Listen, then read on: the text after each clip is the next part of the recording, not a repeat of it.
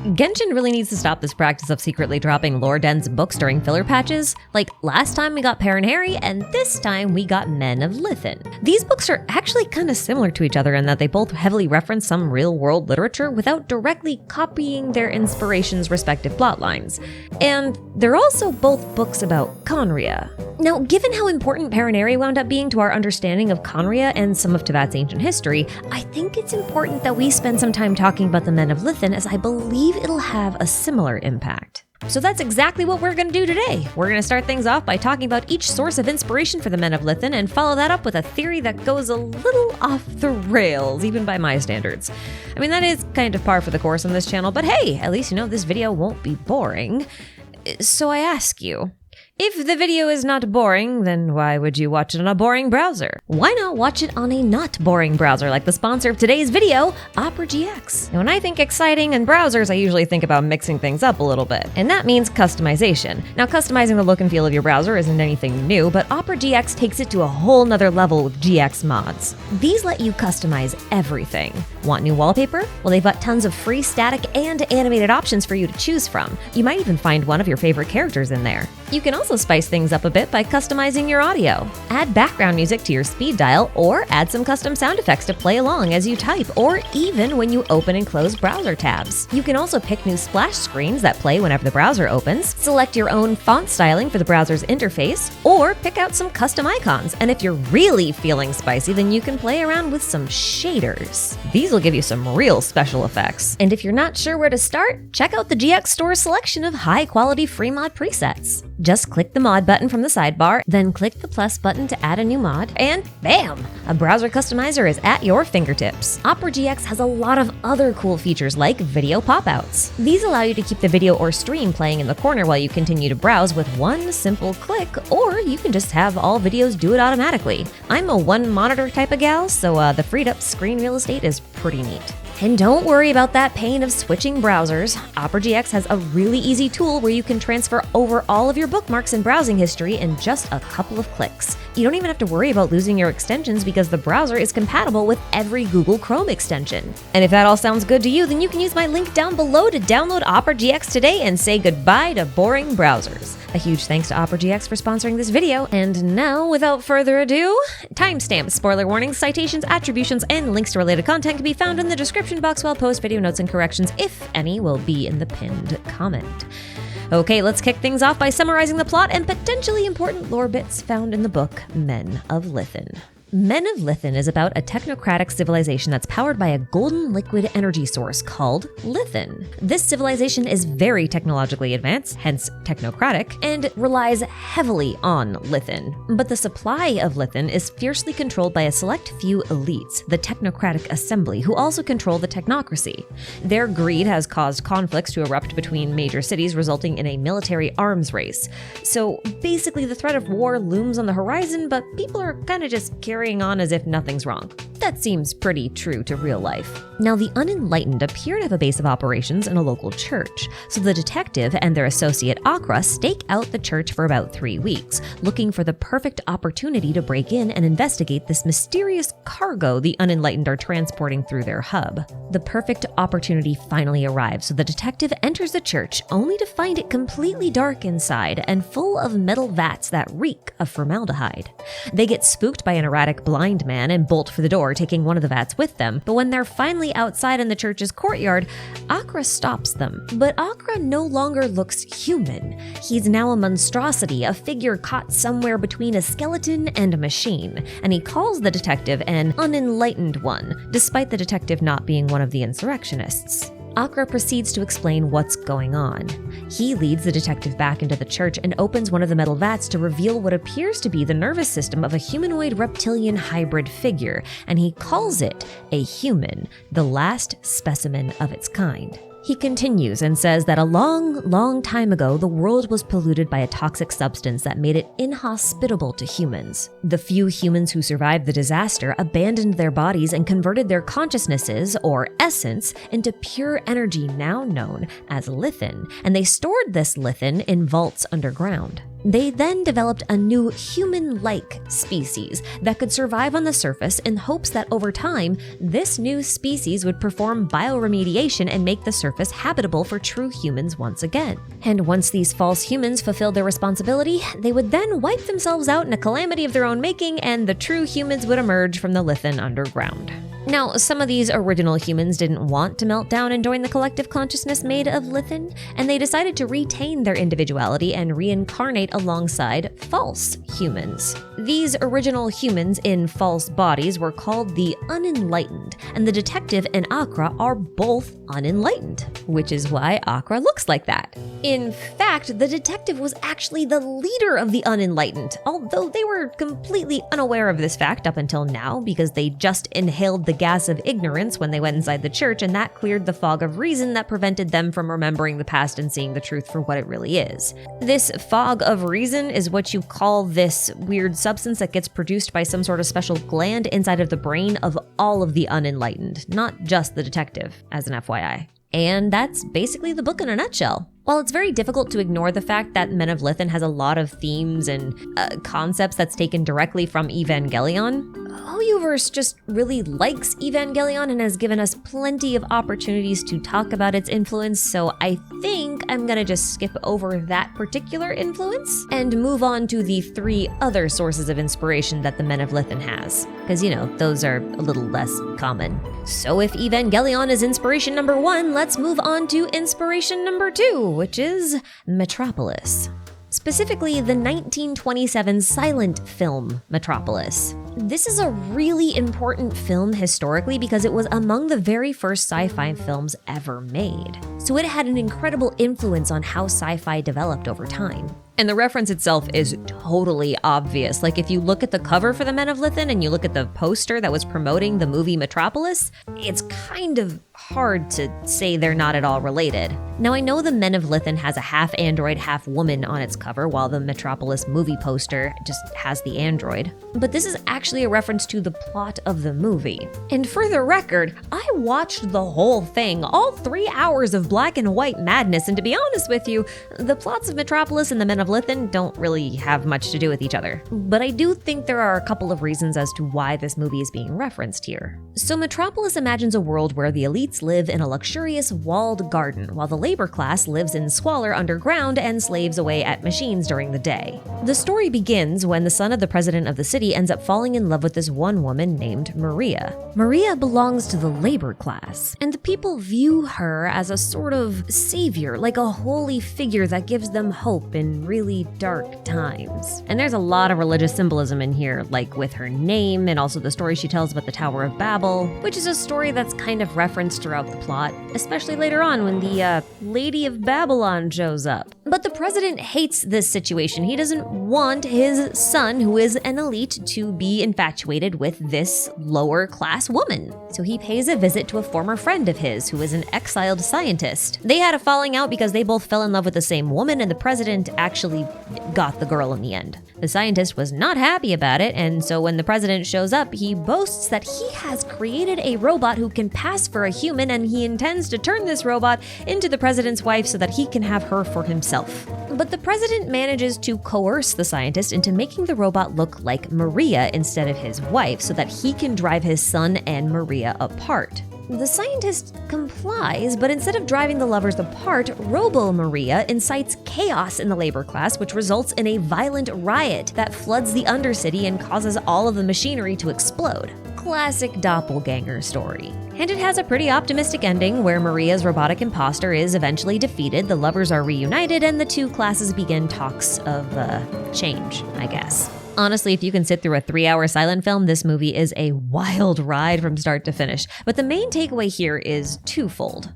First is the heavy emphasis on machines powering the city, just like in Men of Lithin. And in both cases, what is powering the machines is humans. Metropolis might use human labor, but that's not really that different from using Lithin, because Lithin is technically liquid humans. Now, the second takeaway here is that we have a robot that is indistinguishable from humans. Do you remember how Akra looked like a cross between a machine and a skeleton once the detective became aware but was totally convincing as a human before that? It's the same idea. And I want you to keep this in mind because we're gonna come back to this idea at the end of the video. But you might be asking yourself, do these references really change much about the book's meaning? And the answer is not really. It's more just emphasizing how much Hoya wants to play around with combining the ideas of Evangelion's human instrumentality project and the proliferation of false humans in society that are indistinguishable from true humans. Again, we're gonna come back to this at the end of the video. So keep it in mind as I segue into inspiration source number 3, Isaac Asimov's Foundation series. Now you're probably wondering how I got from Metropolis to Foundation. And it comes down to one word found in Men of Lithin: psychohistory. Now, psychohistory is a real discipline. It refers to the study of why history happens. And it differs from typical history because traditional historians try to record things without adding subjective interpretations to the events. That try does a lot of heavy lifting there, but you get the idea. However, psychohistory has a far more relevant reference than this discipline, because the theory and term was actually invented by Isaac Asimov in his Foundation series. The core of Foundation's story revolves around a scientist named Harry Seldon who developed the practice of psychohistory to mathematically predict the future based on events from the past. Using this method, Seldon was able to predict the inevitable fall of the First Galactic Empire, which would be followed by 30,000 years of chaos before humanity would be able to establish the Second Galactic Empire and achieve peace again. But 30,000 years was way too long to wait for humanity's recovery. So, Seldon decided to reduce this 30,000 year period to just 1,000 years by creating the Encyclopedia Galactica, a repository of crucial civilization-restoring knowledge that humanity could use to accelerate their own development with. But like any good scientist, Seldon built some redundancy into his plan. So instead of creating just one Encyclopedia Galactica, he made 2. One of the encyclopedias was located on Terminus, a planet on the very edge of the galaxy artificially populated by Seldon's chosen scientists and their families. You can kind of think of Terminus as a type of ark since it was supposed to be the origin point of this new human civilization. But the second encyclopedia was located on Trantor, a planet at the very center of the galaxy and the former capital of the Galactic Empire. After the fall of the Galactic Empire, Trantor was populated by humans with incredible mental capabilities whose job it was to ensure that Seldon's predictions came to pass. And this redundancy was really smart because the principles of psychohistory were based on a few flawed assumptions, like thinking humans were the only sentient life forms in the galaxy, which was obviously not true. So Seldon's plans were constantly plagued by the appearance of unaccounted for variables like the mule, who was a mutant human and obviously not part of Seldon's prophecy. So this guy kind of messes things up a bit. Now this setup should sound kind of familiar.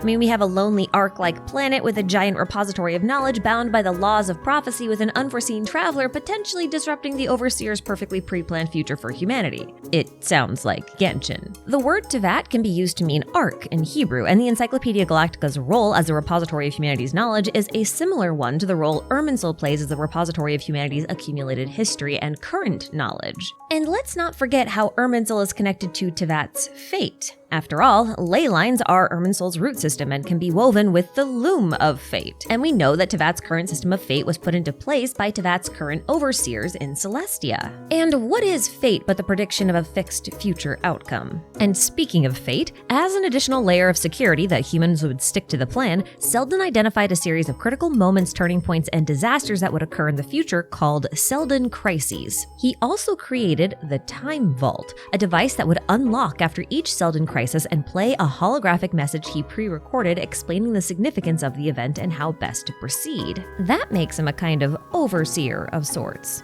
And when I hear the word overseer, I think of Deshret. Not because he's my favorite little scrunkly, although he is, but because I do think he's a variant of Otto Apocalypse from Honkai Impact, and Otto's title was Overseer. I don't really want to dig into this too much right now, so just take it as my opinion. But in addition to this overseer association that I have with him, Deshret specialized in holographic technology and robotics, and had a special robot named after Isaac Asimov. It's the algorithm of semi and transient matrix of Overseer network. also known as Asimov. Now, I admit that the English name is different from the Chinese name, so I don't know if this pun is a localization choice or actual lore, but I'm gonna choose to believe that it's lore because of all this other relevant stuff that we find in the desert. Like Deshet's golden slumber, which merged the minds of millions into a single consciousness. It kinda sounds a lot like the Lithin project to me, right down to its golden coloring.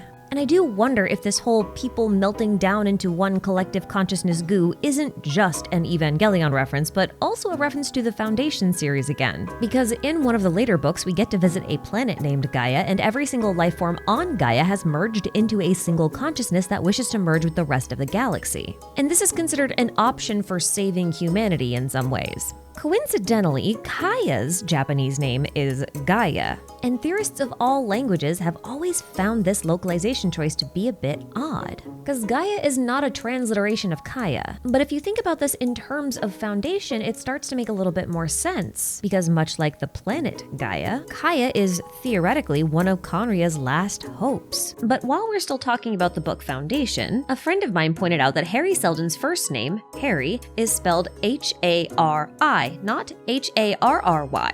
Which means it could be a reference to Hari, which is another name for Vishnu, a name that literally means gold. But what's funny about this is that we've actually seen Vishnu be referenced by another name in-game in the context of people being melted down into one collective consciousness. And that name is Narayana, and in Genshin, Narayana is what we call the primordial human. We're gonna come back to this later, so remember it. Now, while there are many other instances of people abandoning their bodies for a life among the collective, the desert is also home to old khaenri'ah ruins that produce a substance called azosite. Now, azosite is a golden energy source made by refining elemental energy extracted from the ley lines. These energy blocks were then used by khaenri'ahs to power their machinery, and I'm pretty darn sure that this stuff is analogous to Lithin. They're both mined and processed in controlled underground facilities, they both come out gold, and well, Lithin is like liquid people juice. It's their essence, as the book puts it.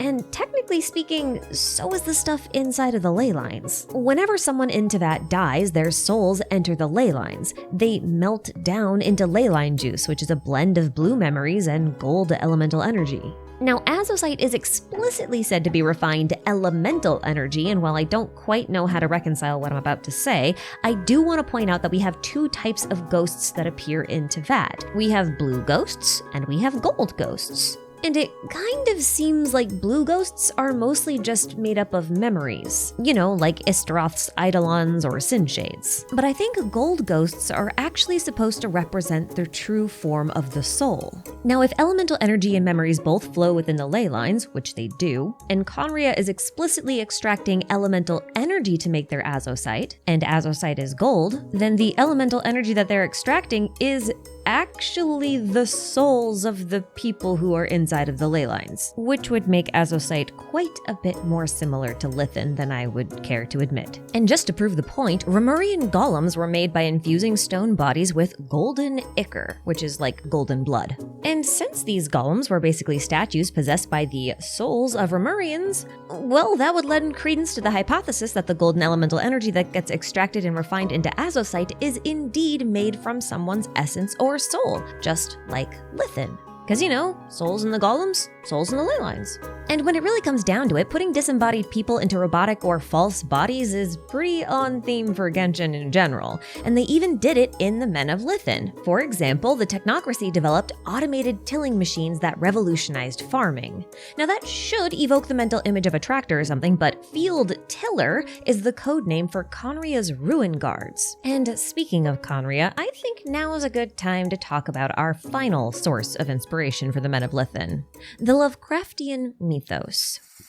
See, the author of the Men of Lithin is listed as Kinyan, which is a very obvious reference to Lovecraft's Kinyanians, a race I have previously theorized to have inspired khaenri'ah in this video, which you might want to consider watching because there's a lot of now relevant stuff in there, far more than I'm going to cover today. I won't bore you with too many details, but basically the Kinyanians were a highly advanced, near-immortal race that lived underground, had mastery over atomic power, loved studying the ruins and technology of the race of serpent people that preceded them, and are also rumored to be the ancestors of the humans found on the surface. Oh, and one of their major cities was the city of Tsoth, which is mentioned explicitly by name in the Men of Lithin. And conveniently, the Tsoth found in Lovecraftian myth is quite literally a metropolis. Oh, and the Kenyanians also had these reanimated corpses that are called yimbis, who are noted for being quite skeletal with very mechanical movements, which honestly isn't too dissimilar to how Akra is described in the Men of Lithin, although he maintains his mind while the yimbi are more zombie-like. Similarly, khaenri'ahs are also a highly advanced race cursed with immortality living underground and also possess mastery over azosite power and likely studied dragon technology, or at least their machines mimic the dragon's secret source technology, and while human, they definitely differ from their surface-dwelling counterparts to the point where they may have been part of an earlier evolutionary line. Khaenri'ah also has advanced puppet-making technology, the same technology that was used to create Wanderer's body, which is entirely mechanical, by the way. Oh, and both Kenyanians and khaenri'ahs detest the demon gods that came from the sky. And as a side note, there was a big incident in Tevat's history pre-Archon War where the Abyss invaded and the fallout caused several cities like Enkanamiya to sink beneath the surface, which is really funny because the Kenyanians were originally surface dwellers until the sky demons sank Atlantis. I am further entertained by the fact that in the book, Lithin was first discovered in a place called Natlantia, because in the original manga, Natlan was translated as the nation of Maratta, but the original text in Chinese appears to be a reference to the mythical lost continent of Mu, which is also said to be a sunken city just like Atlantis. Shout out to Reddit user Alalalagia for this excellent write-up that they made on the translation error. That name is fun to say. Now, okay, this isn't really silver bullet levels of proof, but we can't deny that most, if not all, references to Lovecraftian mythos that are in the game so far somehow link back to khaenri'ah. Like the crimson moon with a single eye that's found in the book Pari is most likely Groth. The rift hounds that were created by Rhine-Daughter are most likely the Hounds of Tyndalos, and Basil Elton fought a dragon that was made by Rhine-Daughter as well. And honestly, I could go on, connecting all these Lovecraftian references back to khaenri'ah, but I do have to admit that not all of the references are explicitly Khaenri'an. Take Gasoithoth, for example. They're referencing Yog-Sothoth, which apparently has nothing to do with khaenri'ah, except for the fact that they are described as a dark sun, and a dark sun or star is the symbol of khaenri'ah. A loose connection to be sure, but it's still there. And of course, there's also the reference to the Necronomicon found in Sumeru's desert, but the desert is also where the only known doorway to khaenri'ah is. So even if it's just because khaenri'ah borders the Abyss and at one point tried to levy its powers for their own gain, the Lovecraftian references always seem to loop back to it somehow. And I think my favorite reference is that one readable that has the Narayana mention in it, because that epithet of Vishnu is presented alongside a poem which I linked to a prayer for Cthulhu in this video. I won't go too much into it, but the prayer has this infamous line, Ya Ia Cthulhu Ftagan, which is sometimes used in place of the full version, which I will not attempt to read out loud. But you know who conveniently worships Cthulhu? The Kenyanians.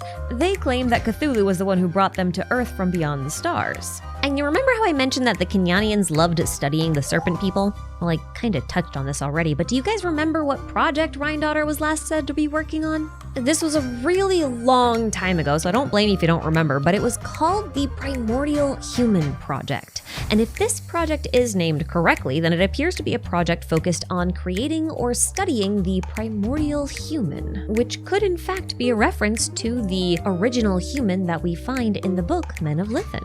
But the Primordial Human Project is kind of odd when you really sit down and think about it, because the known products of Rhine-Daughter's research are two abyssal dragons, Durin and Elenus, and they were followed by one homunculus, Albedo. Now, for those of you who don't know, a homunculus is an artificial human, and in some instances they can be conflated with something like a golem, a spiritual servant that's made out of clay. Something like a rudimentary robot.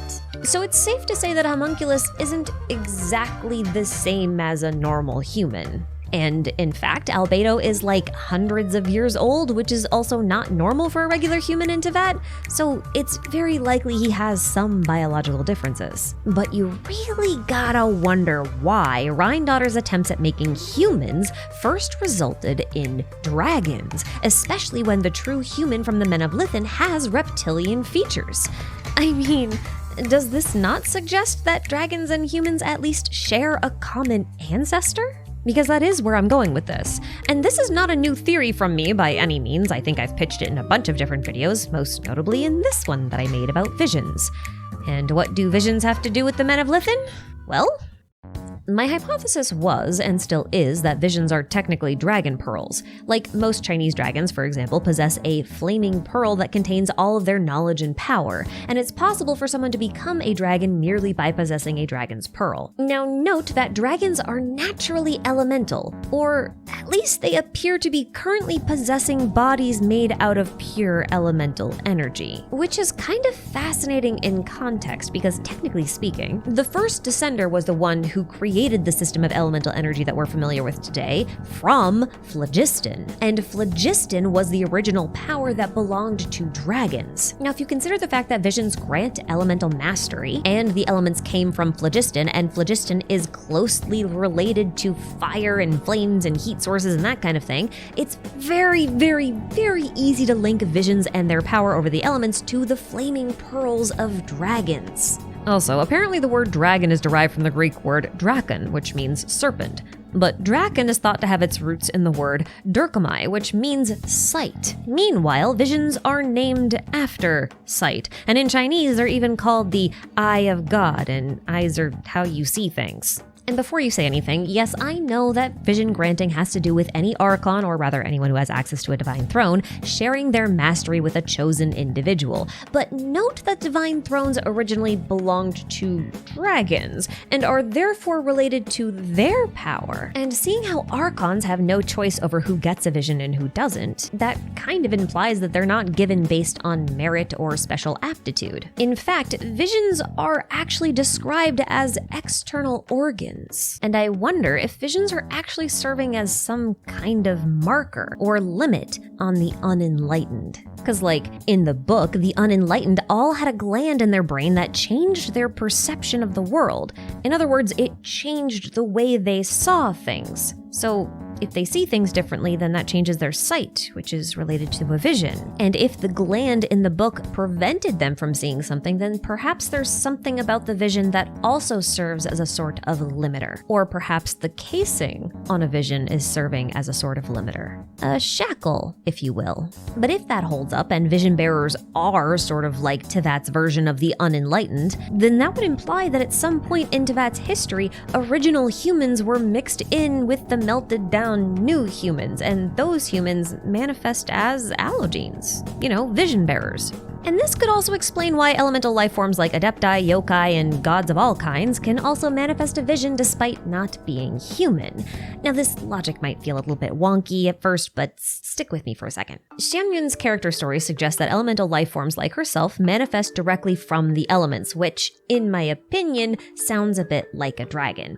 They also don't need visions to manipulate elemental energy, but still have them anyway, which I think is already a bit of a red flag. But the reason why I think this process of life forms birthing themselves directly from the elements sounds so much like dragons is because dragon sovereigns at least are made entirely of elemental energy, which again is kind of weird when you remember that the first descender is the one who's supposed to have made the elemental system from the phlogiston that the dragons originally had. So the dragons should technically have been made from phlogiston, not elemental energy. The fact that they are made of elements right now suggests that something happened that made them manifest in an elemental form. Now here's the thing. Dragons seem to be a bit body agnostic, especially once they reach certain levels of power. And by body agnostic, I mean they seem to exist primarily as disembodied consciousnesses. For example, take a look at Ahau and Ixtlel.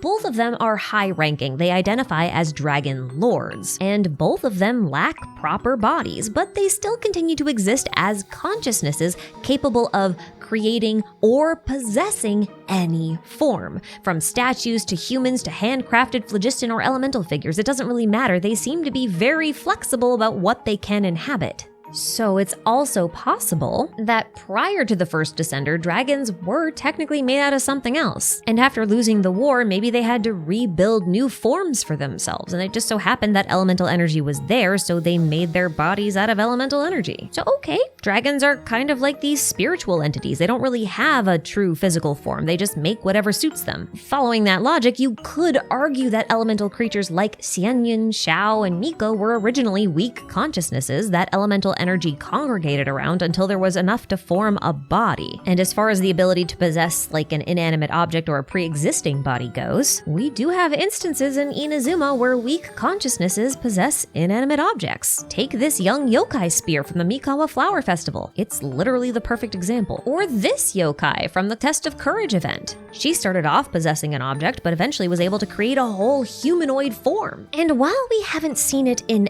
every dragon, some higher ranking dragons like Neuvillette and Apep are connected to collective consciousnesses, meaning they are, to a certain degree, a greater entity that is made up of many smaller entities. Apep is able to split herself into smaller individual minds and then reassimilate herself at will. It's a perfect example of the many becoming the one and the one becoming the many. And it's also very much like the Lithin. Neuvillette is a little bit different. He was born as the heart of the primordial sea, but the primordial sea is said to be the source of all life. It's a very Evangelion-flavored sea of countless consciousnesses, which is how we got derivative life forms like the Oceanids and Tulpas, which are, in and of themselves, collective consciousnesses. And I kind of feel like this idea of a dragon being a collective or like a hybrid or some sort of fusion is kind of on brand mythologically. Like if you think about it, most dragons that are found in mythology are chimeras of sorts. That is to say, they are depicted as hybridizations of many types of creatures all at once in one body. Now, I could list a ton of different examples, but I just want to focus on the Chinese dragon for brevity's sake, and also because they have the flaming pearls, and I've already referenced those. This is by no means an exhaustive or complete list, but Chinese dragons are said to have the horns of a deer, the head of a camel, the eyes of a demon, the neck of a snake, the belly of a clam, the scales of a carp, the claws of an eagle, the soles of a tiger, the ears of a cow, or sometimes the head of a crocodile, the ears of a rabbit, the belly of a frog, and in some countries, a dragon has the trait of every animal in the zodiac. So, the whiskers of the rat, the head of the ox, the claws of a tiger, the belly of the rabbit, the body of a snake, the legs of a horse, the horns of a goat, the wit of a monkey, the crest of a rooster, the ears of a dog, and the snout of a pig. That is a lot of different animals. Now, as we've established already, the higher ranking and more powerful a dragon is, the more body agnostic it becomes, meaning its shape matters less, and more powerful dragons exhibit traits related to collective consciousnesses. So consider this. What if a dragon is just the ultimate life form?